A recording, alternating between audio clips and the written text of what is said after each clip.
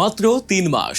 হ্যাঁ, মাত্র ৩টি মাস, আর এই ৯০ দিনের মাথাতেই বাংলার রাজনীতিতে এমন এক ভয়ঙ্কর সত্য সামনে আসতে শুরু করেছে, যা শুনলে আপনার পায়ের তলার মাটি সরে যেতে পারে। যে দলকে মানুষ ভেবেছিল পরিবর্তনের কারিগর, যে দল দিনের পর দিন নিজেদের মজলুমদের ত্রাতা বলে দাবি করে আসছিল, সেই দলের আসল চেহারাটা এবার দিনের আলোয় চলে এসেছে। কিভাবে সংখ্যালঘু কার্ড, ভিকটিম কার্ড এবং দুর্নীতির ককটেল বানিয়ে বাংলার বুকে নিজেদের কবর নিজেরাই খুঁড়ছে একটি বিশেষ রাজনৈতিক দল, আর সন্দেশ খালির যে মুখকে সামনে রেখে বাংলার রাজনীতিতে ঝড় তোলার চেষ্টা হয়েছিল, সেই রেখা পাত্রের এমন এক খাই খাই স্বভাব প্রকাশ্যে এসেছে, যা দেখে বর্তমান মুখ্যমন্ত্রী শুভেন্দু অধিকারীর মাথায় হাত। পুরো ঘটনাটি বুঝতে এবং পশ্চিম বাংলার রাজনীতির এই নোংরা দিকটির আসল সত্য জানতে ভিডিওটি একদম শেষ পর্যন্ত দেখতে থাকুন, কারণ অর্ধেক তথ্য জানলে আপনিও হয়তো আগামী দিনে প্রতারিত হতে পারেন। শুরু করা যাক সেই গল্প দিয়ে, যে গল্পে একসময় শুধুই ছিল চোখের জল আর প্রতিবাদের আগুন। আমরা সবাই জানি ভোটের আগে কিভাবে একটি বিশেষ অঞ্চলকে কেন্দ্র করে রাজ্য রাজনীতি উত্তাল হয়েছিল।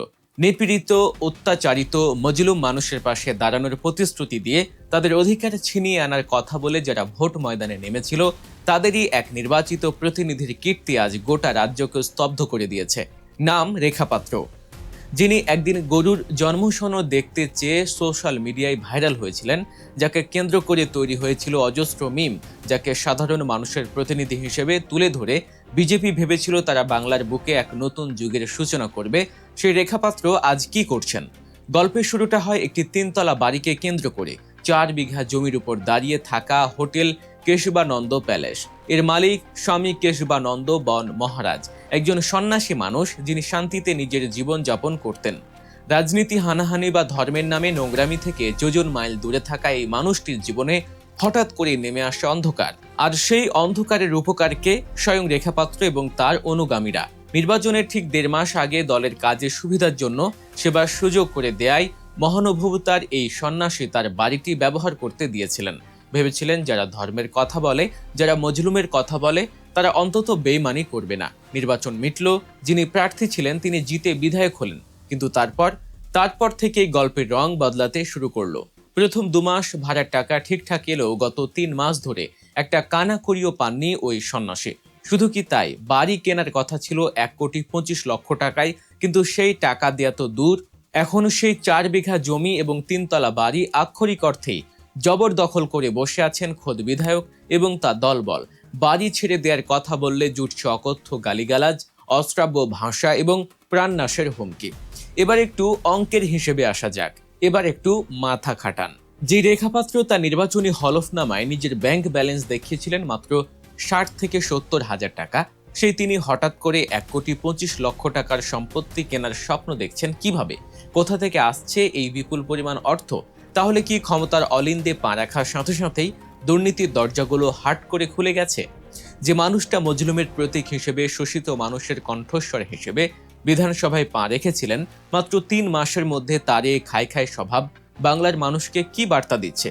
বিজেপি বারবার দাবি করেছে তারা দুর্নীতিমুক্ত বাংলা গড়বে, তারা তৃণমূলের কাটমানি আর তোলাবাজির বিরুদ্ধে লড়াই করবে, কিন্তু তাদের নিজেদের বিধায়িকায় যদি এই হাল হয়, তবে সাধারণ মানুষ যাবে কোথায়? যে দলের একজন জনপ্রতিনিধি মাত্র 3 মাসে অন্যের সম্পত্তি গ্রাস করতে পারেন, তারা যদি 5 বছরের জন্য পুরোপুরি ক্ষমতায় আসে, তবে বাংলার রূপ কি হবে তা ভেবেই শিউরে উঠছেন রাজনৈতিক বিশ্লেষকরা।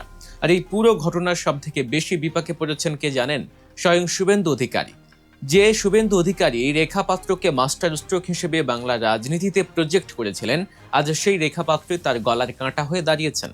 স্বামী কেশবানন্দ বন মহারাজ ইতিমধ্যেই জানিয়েছেন যে তিনি শুভেন্দু অধিকারী দ্বারস্থ হতে চান, কারণ তিনি বিশ্বাস করেন মুখ্যমন্ত্রী বৈষ্ণব পরিবারের মানুষ, তিনি এই অন্যায় মেনে নেবেন না। কিন্তু শুভেন্দু অধিকারী পড়বেন এক মহা ফাঁপড়ে।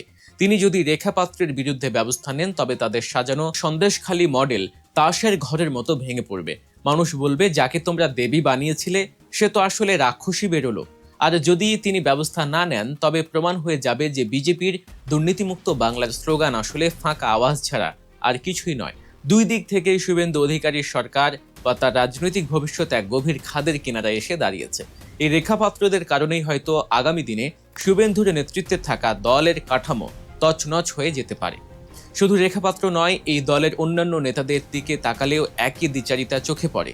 নারী সুরক্ষার কথা বলে যারা গলা ফাটান, সেই অগ্নিমিত্রা পালের মতো নেত্রীরা কোথায় যান যখন তাদের দলের ভেতরেই এমন অন্যায় হয়? যখন একজন সন্ন্যাসীর সম্পত্তি দখল করে নেওয়া হয়, তখন এদের মুখে কুলুপ কেন? আসলে এরা যখন বিরোধিতায় থাকে তখন মানবাধিকার, নারী অধিকার, মজলুমের অধিকার নিয়ে বড় বড় কথা বলে, কিন্তু যখনই একটু ক্ষমতার স্বাদ পায় তখন এদের আসল চেহারা বেরিয়ে আসে। বাংলার মানুষ বোকা নয়, তারা বুঝতে পারছে যে এই তথাকথিত পরিবর্তনকামীরা আসলে পুরনো খেলোয়াড়দেরই নতুন সংস্করণ। এরা সংখ্যালঘু কার্ড খেলে, কখনো ভিকটিম কার্ড খেলে, মানুষের আবেগ নিয়ে ছিনিমিনি খেলে। সাংবাদিক ময়ূখরঞ্জন ঘোষের মতো মানুষেরা যখন সত্যি কথা বলতে গিয়ে আক্রান্ত হন, তখন এই নেতারাই আবার নীরব দর্শকের ভূমিকা পালন করেন। কারণ ক্ষমতায় টিকে থাকার জন্য এখন এরা নীতি, আদর্শ সব বিসর্জন দিতে প্রস্তুত। যে বুদ্ধিজীবী সমাজ একদিন শাসক দলের সমালোচনা করে পথে নেমেছিল, আজ তারা কোথায়? কেন তারা রেখাপাত্রের এই জবরদখল নিয়ে একটি শব্দ উচ্চারণ করছেন না?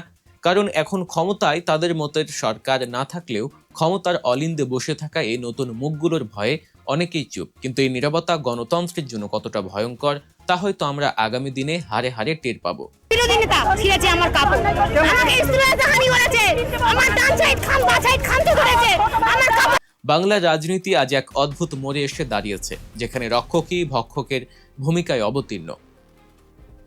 যে মজলুমের অধিকার ছিনিয়ে আনার কথা বলে ভোট চাওয়া হয়েছিল, আজ সেই মজলুমদের নাম ভাঙিয়ে কোটি টাকার সম্পত্তি দখলের খেলা চলছে।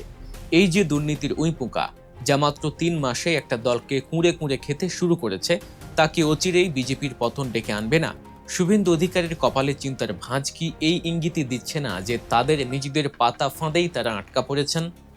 আপনাদের কি মনে হয়, ক্ষমতার এই অহংকার, অন্যের সম্পত্তি দখলে এই নির্লজ্জ আস্ফালন, আর সাধারণ মানুষের আবেগ দিয়ে এই নোংরা রাজনীতি, এগুলো শেষ কোথায়? বাংলার মানুষ কি আবারও প্রতারিত হলো, নাকি তারা এবার সত্যি জেগে উঠবে এবং এই ভণ্ডামি যোগ্য জবাব দেবে? আপনাদের মূল্যবান মতামত অবশ্যই কমেন্ট বক্সে জানাবেন। ভিডিওটি যদি আপনাকে ভাবিয়ে তোলে, যদি মনে হয় এই সত্যগুলো মানুষের জানা উচিত, তবে অবশ্যই একটি লাইক দিন এবং প্রচুর পরিমাণে শেয়ার করুন। মনে রাখবেন, আপনাদের একটি শেয়ার আরও 10 জন মানুষকে অন্ধকারের হাত থেকে বাঁচাতে পারে। আমরা আবারও ফিরব নতুন কোনো বিশ্লেষণ নিয়ে, নতুন কোনো সত্যের সন্ধানে। ততদিন পর্যন্ত সজাগ থাকুন, প্রশ্ন করতে শিখুন। ধন্যবাদ।